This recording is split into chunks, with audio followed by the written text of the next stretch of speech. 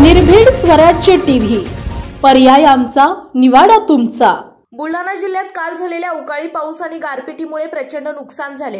गहू, हरभरा, ज्वारी, शाळू, मिरची या पिकांचे प्रचंड नुकसान झाले असून शेतकरी हतबल झाला।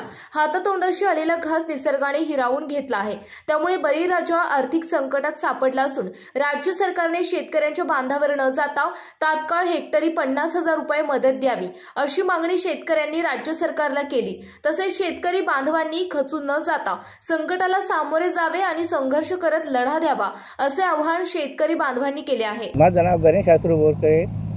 माझे इथं 1 हेक्टर जमीन आहे, तरी माझ्या शेतात एक एकर शाळू आणि 1 एकर गहू अशी फार मोठी नुकसान झालेली आहे।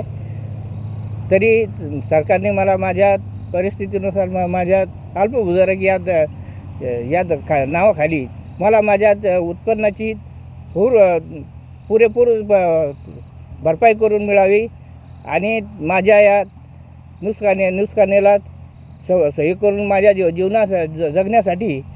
साहेब, माझं शेत वर्दडी खुर्द शिवारात आहे 3 एकर।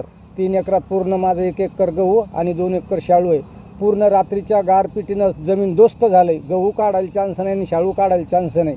मी म्हणजे आता हद्दबिल झालो आहे। सरकारनं माझ्याकडं पाहून हे परिस्थिती पाहून, शाळू, गहू, ज्वारीचे नुकसान पाहून आम्हाला होईल तेवढी जास्तीत जास्त मदत केली तर आम्ही वाचू शकतो। बुलढाणा जिल्ह्यात रात्री जी अतिवृष्टी झाली, गारपीट झाली, चक्रीवादळ आलं, त्या गारपिटीमुळे आणि चक्रीवादळामुळे मोठ्या प्रमाणामध्ये शेती पिकांचं नुकसान झालेलं आहे। मी आता हे शेगाव तालुक्यातल्या पौरपूर्णा शिवारामध्ये दिलीपभाऊ पवार यांच्या शेतामध्ये यांचा हा 2 एकर कांदा आहे। या कांद्याचं कसं नुकसान झालं गारपिटीमुळे, तर हा आता कांदा पिवळा पडला एका रात्रीमध्ये आणि हा याचे पानं जे पिवळे पडले त्यामुळे हा कांदा आता सडणार आहे। त्यामुळे यांच्या हातात काही लागणार नाही। 2 एकरात कमीत कमी यांना 60,000 रुपये खर्च आलेला आहे आणि यांच्या हातात आता कांदा काही येणार नाही अशी परिस्थिती आहे। बुलढाणा जिल्ह्यातल्या सगळ्या शेतकऱ्यांची हीच अवस्था आहे। कांद्याचं नुकसान झालं, गव्हाचं नुकसान झालं, मक्याचं झालं, हरभऱ्याचं झालं, सगळं झोपलं। यावर्षी सोयाबीन कापसाला भाव नाही। दुष्काळ म्हणजे पावसाचा खंड पडलेला होता। मध्यंतरी हवामान खराब झाल्यामुळे हरभऱ्याचं नुकसान झालं। म्हणजे सगळ्या बाजूने संकटात शेतकरी सापडलेला आहे आणि आता तर रात्रीच्या गारपिटीनं प्रचंड शेतकरी उद्ध्वस्त झालेला आहे। जिल्हा प्रशासनानं तातडीनं पंचनामे करावेत आणि पंचनामे करून तातडीनं नुकसान भरपाई शेतकऱ्यांच्या खात्यामध्ये जमा करावी। पंचनामे करताना दुजाभाव करू नका। घरात बसून किंवा मंदिरात बसून पंचनामे करू नका। शेतात जाऊन जी वस्तुस्थितीनिष्ठ पंचनामे करा अशी आमची मागणी आहे।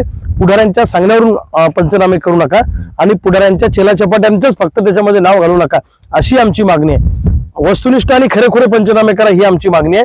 मागच्या नुकसानीचे पैसे अजूनपर्यंत शेतकऱ्यांना मिळाले नाही, तेही ताबडतोब टाका आणि हेही पैसे आचारसंहितेच्या आधी शेतकऱ्यांच्या खात्यात 100% नुकसान पडेल अशी व्यवस्था करा। अन्यथा आम्ही 4-5 दिवस वाट बघू, नाहीतर पुन्हा एकदा आमच्या आंदोलनाला सरकारला सामोरं जावं लागेल। बुलढाणा जिल्ह्यातील महत्त्वाच्या घटना आणि घडामोडी पाहण्यासाठी तुम्ही निर्भीड स्वराज्य या चॅनलला अद्यापही सबस्क्राइब केलं नसेल तर आत्ताच जाऊन सबस्क्राइब करा आणि बेल आयकॉन दाबायला विसरू नका आणि फेसबुक पेजला शेअर आणि लाईक करा। पाहत रहा निर्भीड स्वराज्य।